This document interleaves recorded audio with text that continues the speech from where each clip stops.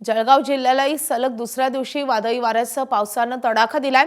या वादळी वाऱ्यानं मुक्ताईनगर तालुक्यात मोठं नुकसान झालंय। शेकडो एकरवरील केळीचं पीक जमीनदोस्त झालंय आणि त्यामुळे शेतकऱ्यांचं मोठं नुकसान झालंय आणि त्यामुळे नुकसानग्रस्त शेतकऱ्यांना मदत देण्याची मागणी केली आहे। दरम्यान मुक्ताईनगरचे शिवसेनेचे आमदार चंद्रकांत पाटील यांनी नुकसानीची पाहणी केली आहे।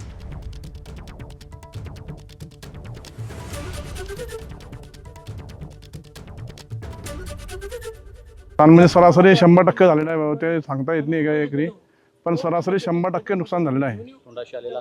वाया गेलेला आहे शेतकऱ्यांना। किती नुकसान झालंय? माझं 30 ते 35 लाखाचं नुकसान झालेलं आहे। सरकारकडून कमीत कमी मध्य प्रदेशमध्ये जे हे मिळालेलं आहे मला 2,20,000, ते आम्हाला शासनाकडे 2,20,000 हेक्टर मिळावं। शेतकरी हातभार झालेला आहे। उद्या 2:45च्या सुमारास संध्याकाळी 5-5:30 पर्यंत